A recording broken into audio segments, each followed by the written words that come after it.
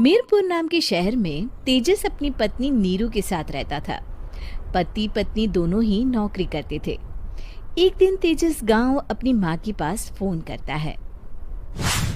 Hello, प्रणाम माँ। जीते रहो माँ, तुम दादी बनने वाली हो हैं? अरे वाह, ठीक है बेटा, मैं कल ही आती हूँ। जब माँ जी शहर पहुंची तो बेटे बहू ने बहुत अच्छे से स्वागत किया। लीजिए माँ जी, चाय। अरे गर्मा गर्म पकोड़े ले आओ माँ के लिए। नीरू रसोई में गई और 2 मिनट में ही पकोड़े ले आई। जी ये लीजिए। बहू, जादू से बनाए हैं क्या? अभी तो रसोई में गई थी। यम्मी। माँ जी, शीला रसोई में पकोड़े तल रही है, मैं बस लेकर आई। हे भगवान, मेरा धर्म भ्रष्ट कर दिया तूने। अब तो गंगा जल से शुद्धिकरण करना होगा। दूसरे दिन, माँ जी मैंने नाश्ता बना दिया है, ऑफिस जा रही हूँ। पर अभी तो घर का सारा काम पड़ा है। शीला आती ही होगी, झाड़ू पोछा बर्तन कपड़े वो सब कर लेगी। हमारे जमाने में घर का सारा काम हम ही करते थे। जी माँ जी, आप बहुत होशियार हैं, मैं घर ऑफिस दोनों नहीं संभाल पाती। तो जरूरत क्या है घर से बाहर जाकर चाकरी करने की? वैसे भी घर का काम खुद करने से घर में बरकत आती है, समझी? पर माँ जी।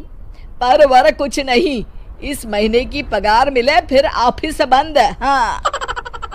रात को नीरू तेजस से कहती है, सुनिए जी, माँ जी बोल रही थी कि मैं नौकरी छोड़ दूं। वैसे ठीक ही तो है, अभी तुम्हें आराम की जरूरत है। फिर भी आराम कहाँ, शीला को छुड़ाने के लिए बोल रही थी। तो अब 24 घंटे में इतना काम तो कर ही सकती हो। पर जॉब पसंद है मुझे, घर पर मन नहीं लगेगा। अगले दिन जब दोनों ऑफिस के लिए निकल रहे थे, मेरी तो कोई कीमत ही नहीं है इस घर में। माँ जी, आजकल महंगाई बहुत है, रहन सहन भी बदल गया है, दोनों नौकरी करते हैं तभी ठीक रहता है। अच्छा, तू कहना क्या चाहती है? मेरा बेटा तुझे बिठा के खिला नहीं सकता? तू ही इस घर का खर्च चला रही है, हैं? नहीं माँ जी, मेरा वो मतलब नहीं था। मतलब खूब समझती हूँ, ये बाल धूप में सफेद नहीं किए मैंने। हाँ।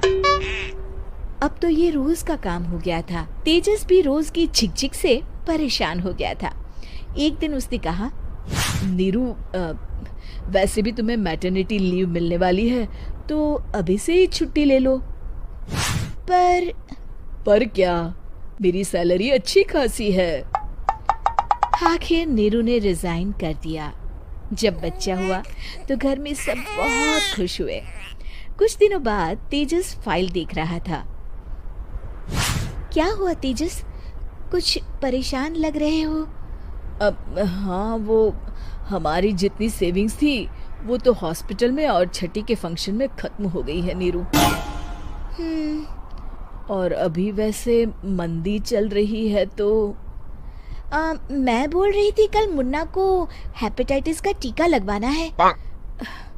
नीरू, क्या पोस्टपोन नहीं कर सकते? नहीं जी, बिल्कुल नहीं। अब तेजस को समझ में आ रहा था कि उससे गलती हुई है। पैसों की कमी का असर घर के माहौल पर भी पड़ रहा था। अगले दिन, बेटा मेरा चश्मा और ये दवाइयाँ ले आना, पर्चा देते हुए माँ जी ने कहा। जी। तेजस, मुन्ना के लिए दूध का डिब्बा और डायपर भी ले आना, और ये किराने के सामान की लिस्ट है, इसे भी लाना है। तेजस गुस्से में लिस्ट मरोड़कर फेंकता है और चिल्लाता है, पैसे क्या पेड़ पर उगते हैं? ये ले आना, वो ले आना। अरे पर ये जरूरत का सामान ही है। वो गुस्से में बिना कुछ कहे ऑफिस चला गया। अरे लंच तो ले जाइए।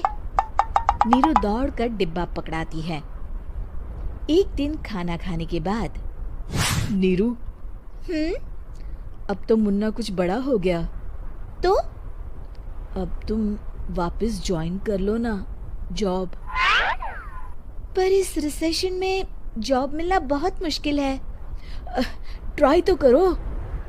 फिर मुन्ना? माँ जी है ना, और एक फुल टाइम मेड भी लगा लेंगे। पर माँ जी, उन्हें तो पसंद नहीं। तभी माँ जी वहाँ आ जाती है और प्यार से नीरू के